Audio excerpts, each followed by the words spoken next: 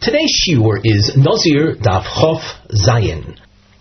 Please take note that today's shiur for Daf Zayin begins on Daf Zayin Omid Beis, second line from the top. In our previous shiur for Daf Vov, we had spilled over on our Daf Yomi quota onto Daf Zayin, so we reached Daf Zayin Omid Beis, second line from the top. On the side of the Gemara, you'll notice a Nosei Mivneh heading, and we indicate that this topic will go till Daf Chav Ches Amud Aleph, and like in our previous year, today will be Mitzvah Hashem spilling over our Daf Yomi onto Daf Chav Ches Amud Aleph till the Mishnah, where we basically have one topic at hand. The triangle that you see on the side and also featured in the text, there are two of them. They represent nisyonos, attempts, laharois, the behemo ba'alas mum, that a behemo that's blemished, in other words, an animal that was set aside to serve as a sacrifice, but it developed a blemish, eino kistuma. This, of course, is a continuation of the topic we were discussing in our previous shiur, that if a Nazir had set aside animals to serve as his Nazir sacrifices, and let us say he died before completing his Nazirus, and he left animals, we had made a distinction between, in the case of money, for example, if you have money that is defined, it's been earmarked, so one set of rules apply, and if the money are stumim, if the monies were not defined as to which money is to be used to buy which kind of sacrifice, so we saw that there was a halacha l'Moshe Sinai that the monies, even though there's demei chatos that's mixed in, the monies go l'nedava.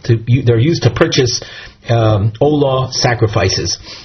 We are not going to review all of what we've said. That, of course, was the topic of our previous shiurim. However, in the course of what we had learned on Daf Vav Amid Beis, Rav Nachman had made the point that if you have behemos that the Nazir had set aside that developed blemishes, they were behemos balas mum, they are considered stuma. And as a result of that, so they would be sold and the monies would be used to buy olah sacrifices. We're in this Gemara going to raise from two Tanaic sources challenges to Rav Nachman's contention. Hagmor Mavia Makoros, Shanosei Shalahem, the topic of these sources is Hu Ben Shirot Salavi Korbonoisov Al Yedei Behemos or Mois Sha'oviv Hishu L'Shem Korbono Shalatzmo. We're talking here about a son and a father who had set aside either animals or monies for the purchase of sacrifices that he himself needed, and the father died. Can the son use those animals or the monies for his own korban purposes? We don't have to necessarily dwell on the details of that particular topic, but we do have to see in learning these sources, the Gemara will of course point it out, where is there a reference to behemos, ba'alois mum, not being treated as stumos. So now we take the Gemara from the second line from the top of Chav Zayin Amid Beis. Mosiv Rav Hamnuna. This is a question directed at Rav Nachman that was seen on Chav Vav Amid Beis. Umi Amrinon Behemo Balas Mum Kistuma Damya. Do we really say that a blemished animal is viewed as stuma? And for practical purposes, stuma would mean that you would buy olah sacrifices for the sake of the mizbeach during its downtime. Toshma, we have the following source which will feature an issue of behemos that were set aside, and if you skip to the end of the framed section, the Gemara points out, my lav afilu balas mum. Is it not so that the halacha taught in this source concerning animals will apply even if the animal developed a mum? And what you see in the source is that the animals that had originally been set aside for a chatos, for an olah, for a shlomim, that when they develop a mum, they too are treated as the original kind of animal that they were. A chatas would die, an olah would be offered as an olah. In other words, the animal would be sold. It has a mum, it's blemished, it can't be itself used as a sacrifice, but it would be sold, and the monies would be used for those specific purposes, and not linedava, not as a voluntary public olah sacrifice. Hence, we have a seeming question. The Gemara will respond to that. Now let's see the source.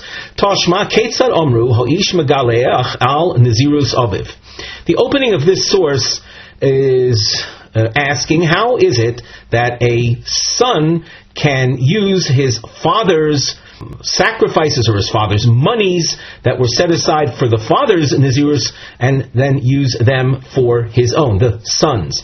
Now it's pointed out in Rashi that the continuation of the source, as we read Bizman Shoya, is not an illustration of the opening, but rather a large swath of the source is basically skipped over by Rav Hamnuna because he wants to get to his question immediately. So, and in order to get to the question, skipping of the interim material was necessary. So we continue reading in the source, recognizing that this is not an example of what the opening of the source said. So, Bizman Shehoya Aviv Nazir. We're reading with the Bach's Girsa. Of course, if you have the marked Gemara in front of you, you can see we've made it a little easier to read it. So, when the father of an individual was a Nazir, V'hifrish Aviv Mos L'Naziruso Umes, and the father set aside money for the purchase of his Nazir sacrifices, and then that man died. The Omar, and the son after the father's death said, Hareini Nazir, Amanas Shagalech Al Mois Abba. I accept upon myself Nazirus, conditional on the on my being able to use the monies that father had set aside. Ein ze megalech al moos aviv. In such a case, the son will not be able to use those monies for his own Nazir sacrifices. Hoyulo moos stumim. If the monies that the father had set aside were undefined, they were not earmarked or specified for which monies used for which sacrifices, then yiplu l'nedava. Then those monies will be used to purchase nedava, which are olah sacrifices for the Beis Hamikdash. Hoy solo behema mufreshes. If the father had animals that were set aside, it's pointed out in the Meforshim here in the commentaries that the animals were set aside, but they weren't specified which one is going to be a chatos and which one is going to be an olah. So you had 3 animals set aside. Chatos tamus, the animal that is fit to be brought as a chatos will die. Now, again, we're talking about a case where the man who had set aside the animals himself, he died.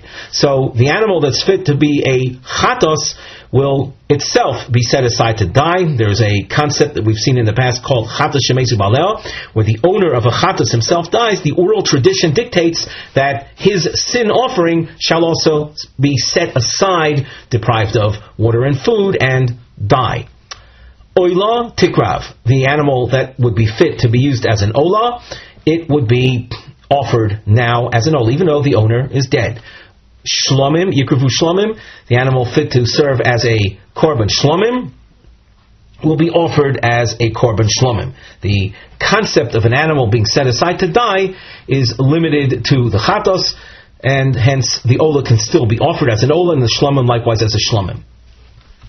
Now the source spoke about the man having behema mufreshes, animals set aside. My lav afilu balas mum. Is it not so that even if those animals developed a blemish, the same will apply? Rather, simply that the monies will be used. The monies that you get from selling the blemished animal will be used for an olah, for a shlomim, and the monies that would have been used for a chatas will be sent to the salt or Dead Sea for decomposition. Lo, that's not how to understand the source. Tamima. The source is speaking only about animals that remained blemish-free. Those animals that remained blemish-free, that which is fit as an olah will be brought as an olah, as a shlomim, and the animal fit to be brought as a chatos will be set aside to die. Avol. Balas mum kistumodamio. Are you then suggesting then that a blemished animal that remains is viewed as stuma, which means it would be sold and used for the money is used for a purchase of an olah, my irya mos. Though, why does the source itself speak about monies left by the father?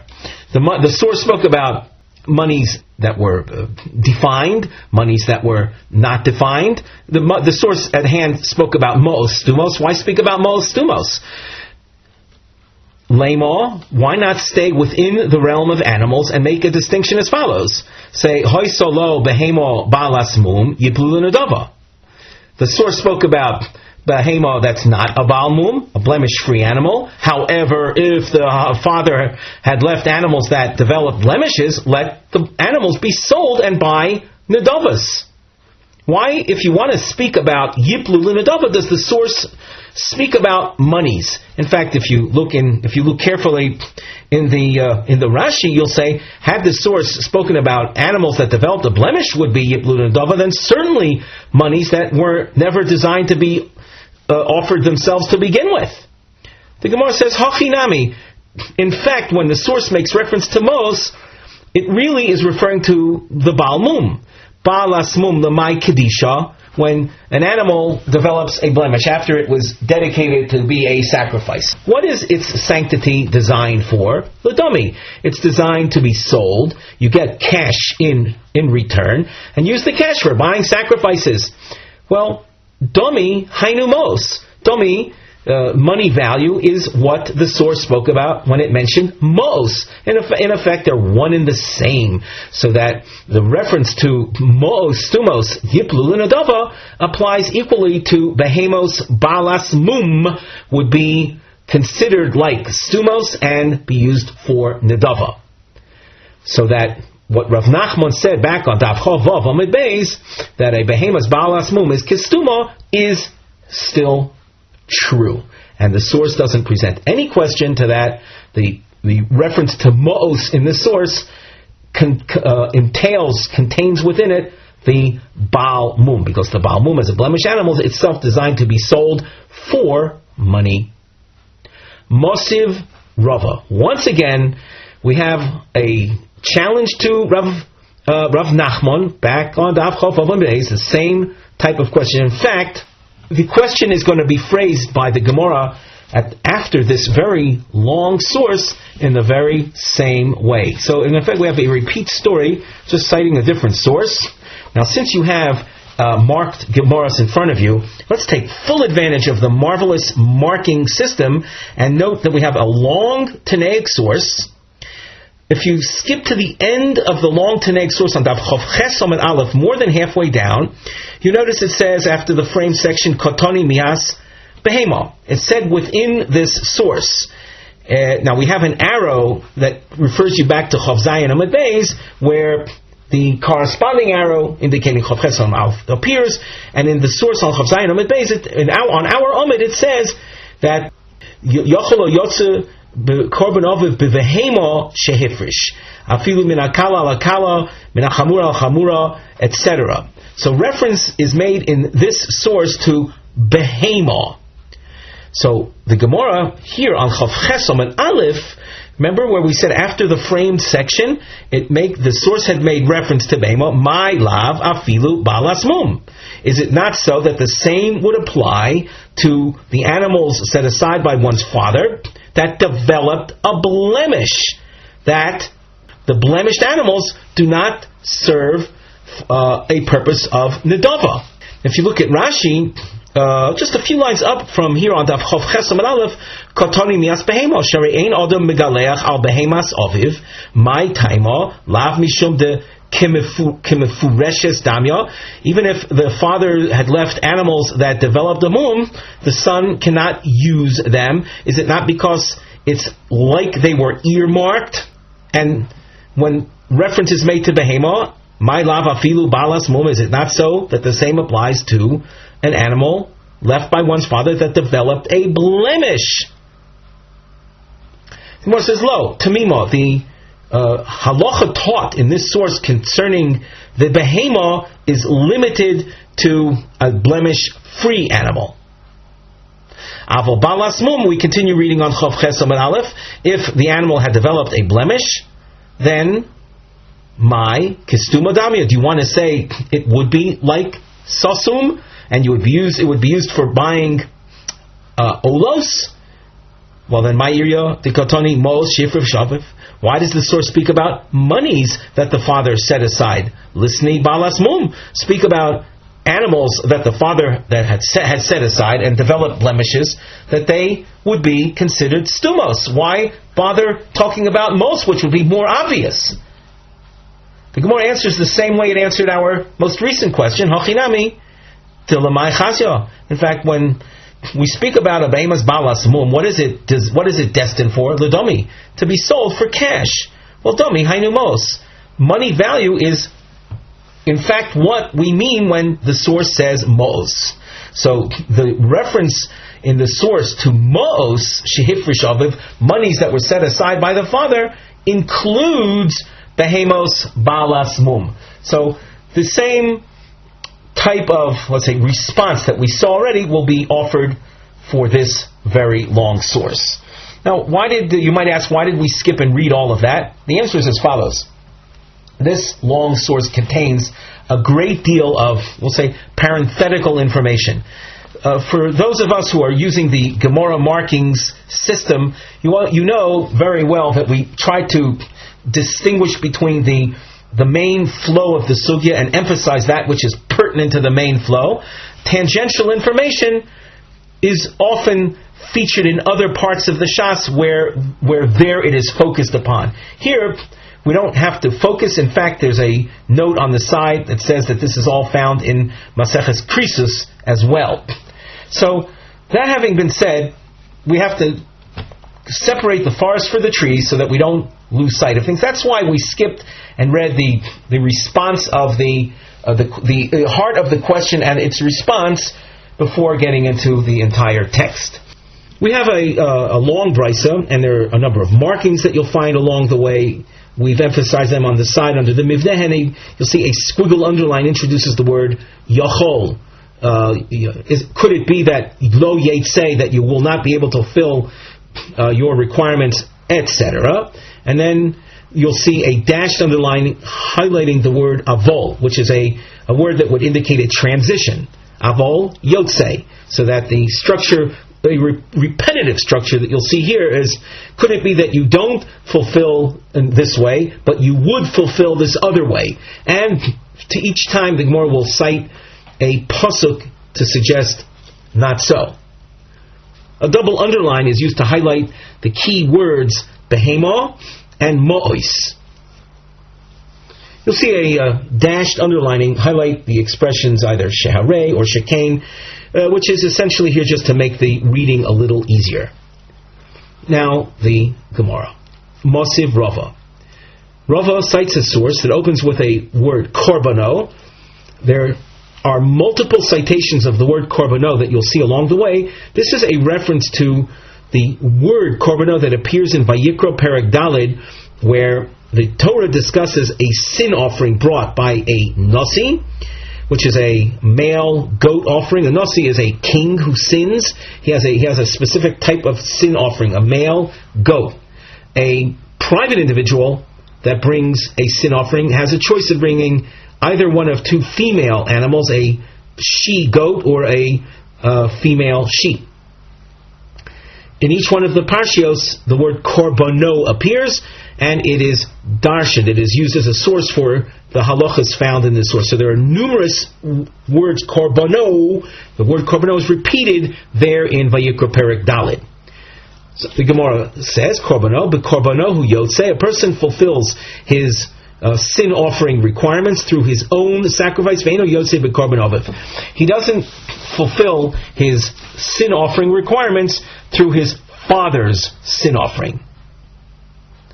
So that if one's father had sinned and set aside a sacrifice because, let us say, he ate chelev, a forbidden part of an animal, that one who eats it unwittingly has to bring a korban chatos. So if one's father had sinned in an unwitting fashion and set aside a korban, the son cannot use that to fulfill his own sin offering requirements.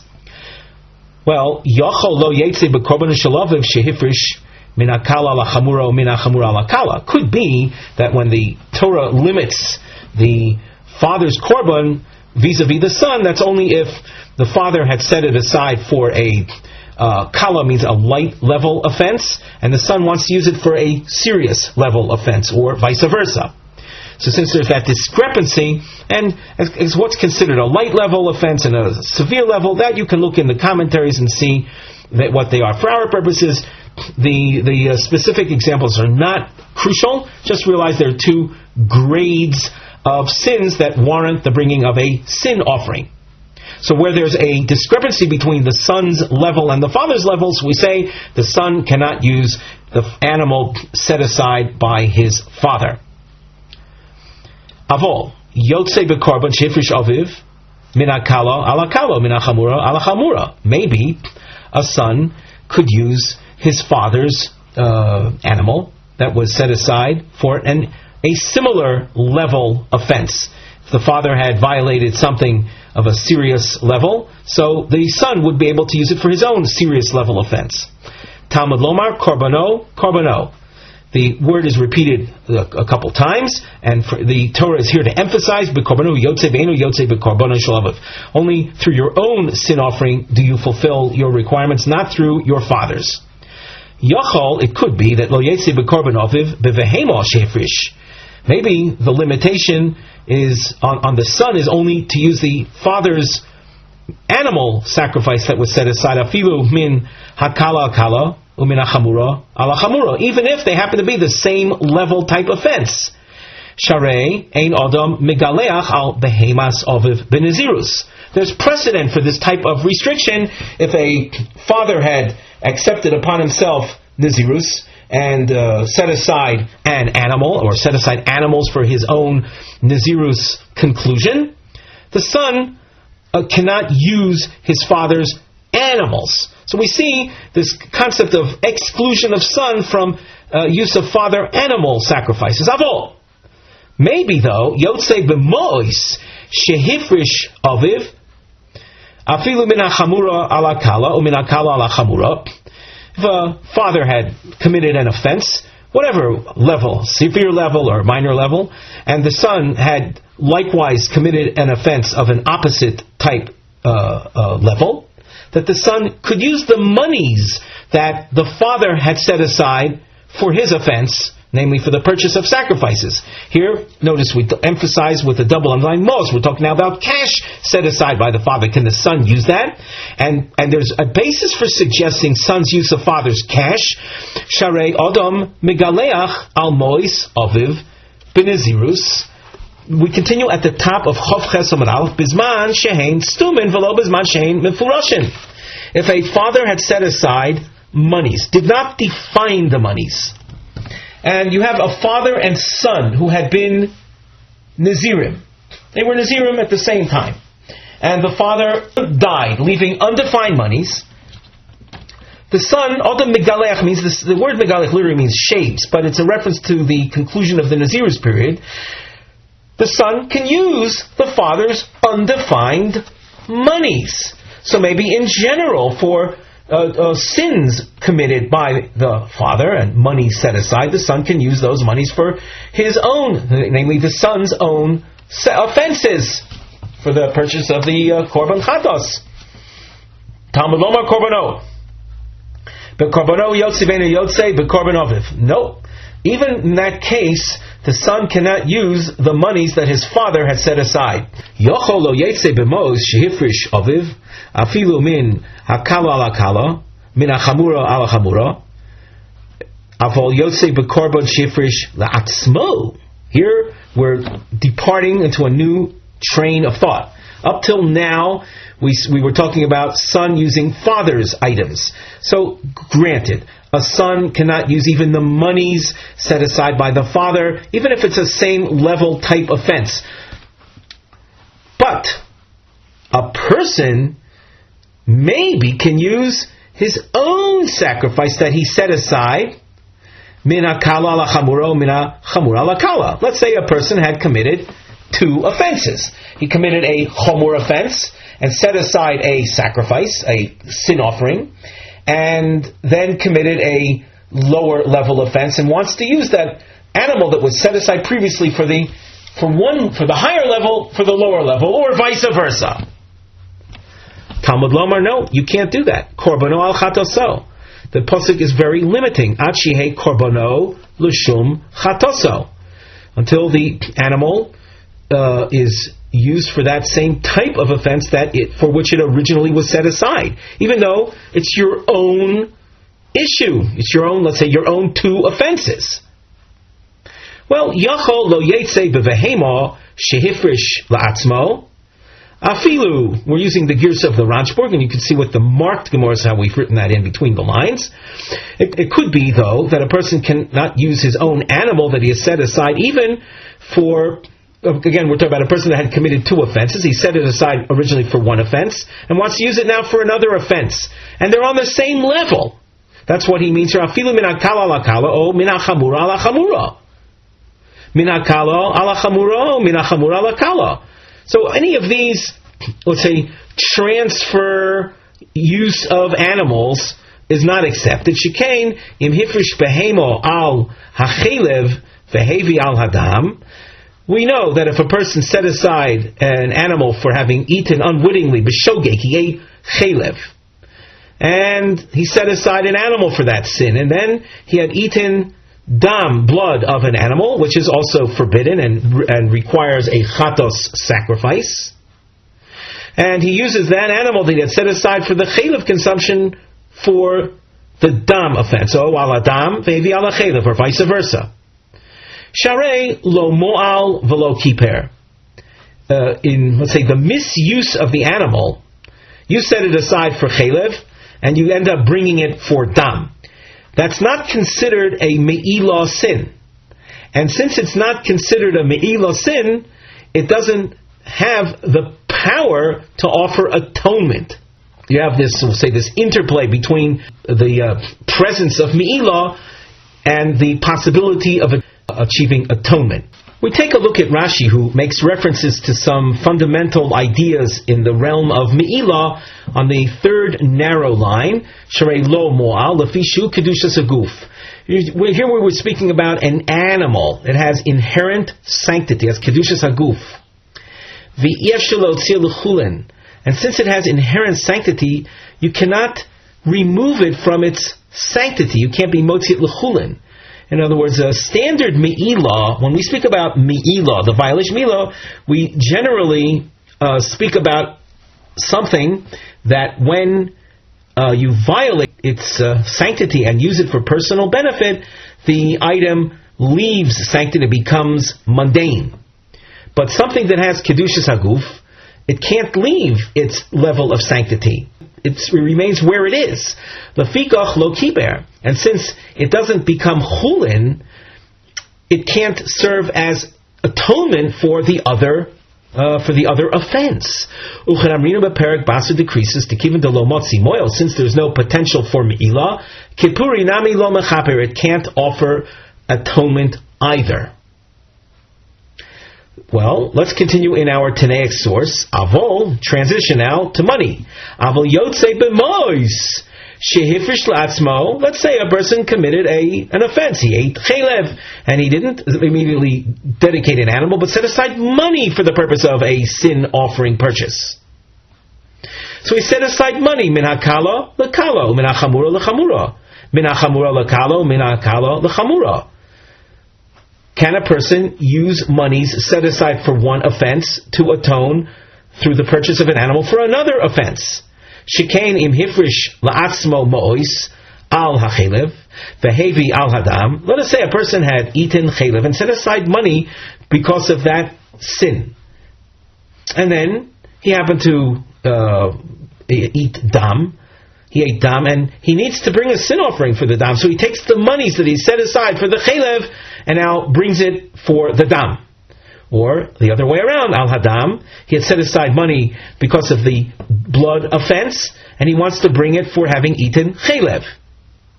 Sharei mo'al v'chiper. We know that if you do that, if you take money that you set aside for one kind of or one specific offense, and you buy an animal and offer it for a different offense, you have been moyel. You used the monies that were used for one to buy monies dedicated for purchase of sin offering for one offense and use it for another offense. It's as if you were moitziat l'chulin, and as a result you're violating me'ilah, and since you violated me'ilah, we say that you can achieve, it might sound a little ironic, because at the same time that we say you're in violation of me'ilah, you're also able to achieve atonement through the korban that you bought. Talmud lomar al chatoso ad she korbono l'shem chet'o. Even when it comes to money that you set aside for a specific offense, we know that if you use it to atone for another offense, it will work, but you're not supposed to do that. The monies that you set aside must be used for the specific offense for which they were set aside. A lot of details were covered in this source. However, we have to focus on the main point. Kotoni miha behema. This source spoke about animals. If you look in the Rashi, Kotoni mihas behema, sharei ein odom megaleach al behemas oviv. We said that if a father had set aside an animal for his own offense, the son cannot use that animal to atone for his own for the son's offense. And then we cite it as a reason for that, because a person cannot use, in the case of Nazirus, if the father had set aside animals for his Nazirus purposes, the son cannot use them. So it mentioned behema in this source. And as Rashi says, we started the Rashi, we read again, Kotoni mias behema, shere'ein odem megaleach al behemas oviv. A son cannot use his father's Nazir animals. My time lav mishum de kimefureshes damyo. Is it not so that the son cannot use his father's animals? It's because the father's animals were considered defined. The chatas for his Nazir, his chatas Nazir, and everything was considered defined, and thereby excluding the son. My lav afilu balas mum. Is it not so that the same would apply to the father's animals that developed a blemish? So we see here an equation made between an animal that's a blemished, that's a balmum, with an animal that's not been blemished. And that would represent a challenge to Rav Nachman, who wanted to categorize behemos balas mum as stumos, as something undefined.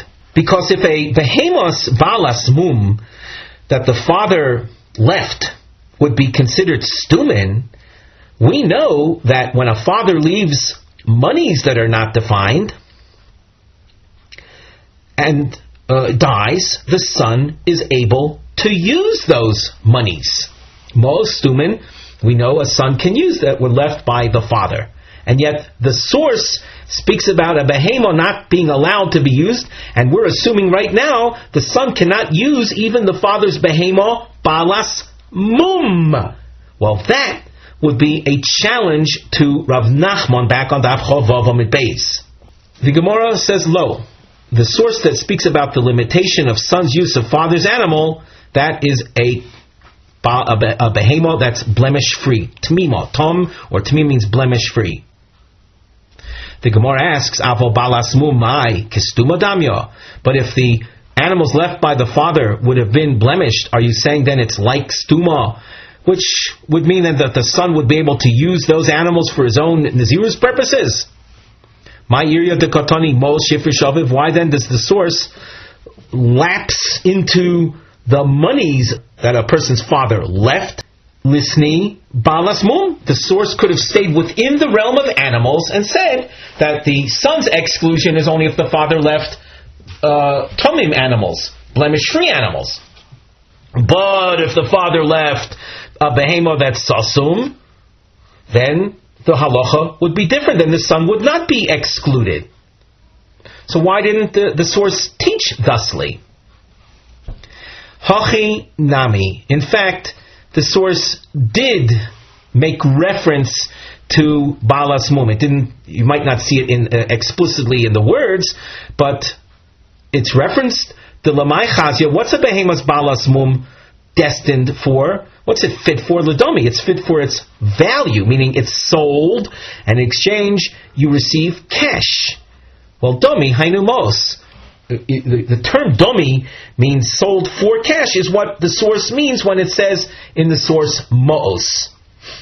And hence when the source said Sharei Odom Megaleach Al Mois Aviv B'Nazir Zman Shein Stumin, that covers the case of a behemo balas mum that the father may have left. So that the source was thinking that regarding other sins as well, when a father leaves money that he had set aside for a sin, the son maybe should be able to use those monies, because we find precedent for a son using father's monies when there's stumos. And in saying that, we include the son using the father's stumos animals that were balois mum, that developed a blemish as well. And with that, we're able to preserve Rav Nachman's contention that a behemoth's balas mum is considered sosum, with all the ramifications that apply to stumos. With that, we conclude our shiur for today.